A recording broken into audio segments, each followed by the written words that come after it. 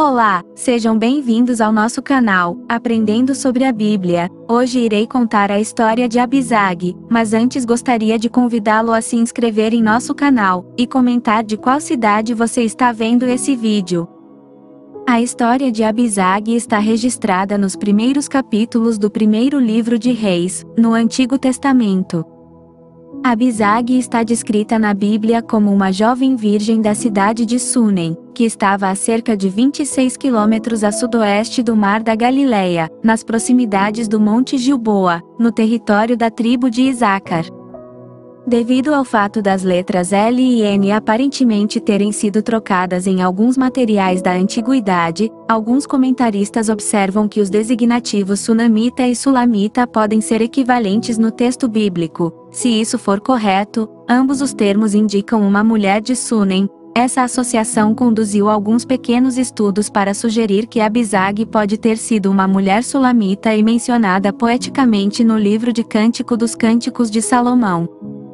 No entanto, não há evidência alguma disso, e a maioria dos intérpretes considera essas hipóteses absolutamente especulativas. Então a ideia de que Salomão se apaixonou por Abizag e que ela teria sido uma esposa anônima e misteriosa citada no livro bíblico do Cântico dos Cânticos de Salomão, não passa de pura especulação. Voltando ao que se tem certeza, o texto bíblico também diz que Abizag era uma mulher muito formosa. A Bíblia informa que no final da vida do rei Davi, ele teve muita dificuldade em se aquecer, os servos o envolviam com muitas roupas, mas ainda assim ele não se aquecia, então os servos do rei mandaram procurar em todo o reino de Israel uma jovem donzela para estar presente ao rei. Essa jovem tinha de cuidar de Davi e aquecê-lo em seus braços. A jovem virgem escolhida foi justamente Abizag, e ela cuidou do rei Davi e o serviu. A Bíblia diz que após a morte de Davi, Adonias, que também era filho do rei, falou com Batseba, para que ela intercedesse junto a Salomão para que Abizag fosse dada por mulher a ele. O pedido feito por Adonias foi muito turbulento, pois pouco antes houve uma grande conspiração para fazer de Adonias o sucessor de Davi. No entanto, quando Salomão foi oficialmente ungido como rei no lugar de Davi, Adonias pediu clemência por sua vida, e Salomão deixou o seu meio-irmão viver. Porém mais tarde, Adonias resolveu fazer o pedido pela Abizag. Evidentemente o rei Salomão interpretou isso como uma artimanha de Adonias, para tomar o trono de Israel. Naquele tempo no Antigo Oriente Próximo, tomar como esposa uma mulher que havia pertencido ao leito de um rei, implicava em reivindicar o trono. Por isso Salomão entendeu que Adonias estava desafiando diretamente sua autoridade como rei de Israel, ao desejar possuir Abizag. Ele tentou imediatamente que Adonias estivesse morto. Conforme lemos no primeiro livro de Reis capítulo 2. A pergunta direta é: Abizag foi ou não mulher de Davi? É verdade que os estudiosos discutem o papel real da Abizag ao lado de Davi. Alguns argumentaram que Abizag era como uma concubina ou esposa de Davi, outros defendem que Abizag era apenas uma companheira de Davi, no sentido de que ela teria sido uma pessoa encarregada de cuidar do rei em seus últimos dias como uma cuidadora, sem que isso signifique que ela tenha se tornado esposa de Davi.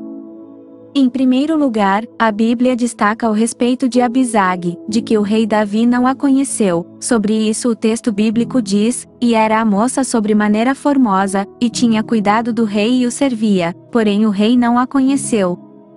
Essa expressão "não a conheceu" significa que Davi não teve relações com ela. Essa informação pode favorecer a ideia de que inferir que Abizag tenha se tornado esposa de Davi não é algo indiscutível. Portanto, não seria completamente impossível a ideia de que Abizag nunca tenha pertencido ao grupo das mulheres de Davi. Por outro lado, em segundo lugar, a forma como Abizag foi associada à morte de Adonias parece indicar que, pelo menos perante o reino de Israel, Abizag foi considerada esposa ou concubina de Davi, mesmo que eles não tiveram relações. E por que essa conclusão parece ser muito mais substancial? Bom, porque quando Batseba falou a Salomão sobre o pedido de Adonias em querer se casar com Abizag, a resposta de Salomão à sua mãe foi a seguinte: Por que pede Abizag a sunamita para Adonias? Pede também para ele o reino, porque é meu irmão mais velho, e também por ele, e para Abiatar o sacerdote, e para Joabe filho de Zeruia. Então jurou o rei Salomão pelo Senhor, dizendo: Assim me faça Deus, e outro tanto, se não falou Adonias esta palavra contra a sua própria vida, agora pois vive o Senhor que me confirmou, e me fez assentar no trono de Davi, meu pai, e que me fez casa, como tinha falado, porque hoje morrerá Adonias.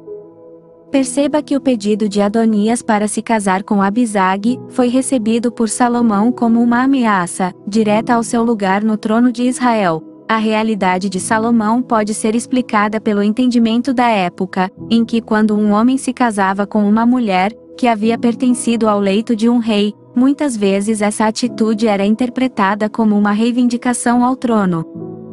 Durante a revolta de Absalão, a Bíblia diz que ele se deitou com as mulheres de Davi, perante todo Israel numa nítida demonstração de poder e conquista, ao trono de Jerusalém. Portanto, isso parece ter sido o entendimento de Salomão, ao enxergar o pedido de Adonias como uma conspiração interna, contra o seu reinado, ou seja, para ele autorizar o casamento de Adonias com Abisag, implicava em abrir mão de seu reino, em favor de seus opositores. Provavelmente Salomão teria tido essa mesma ocorrência, se Abisag tivesse sido simplesmente uma cuidadora de seu pai. Considerando tudo isso, a maioria dos estudiosos acredita que Abisag desfrutou do status de mulher ou concubina de Davi, perante o reino de Israel, embora jamais tenha tido relações com o rei. Se você gostou desse vídeo, não deixe de se inscrever em nosso canal e deixar seu like, e compartilhar com seus amigos. Que Deus os abençoe.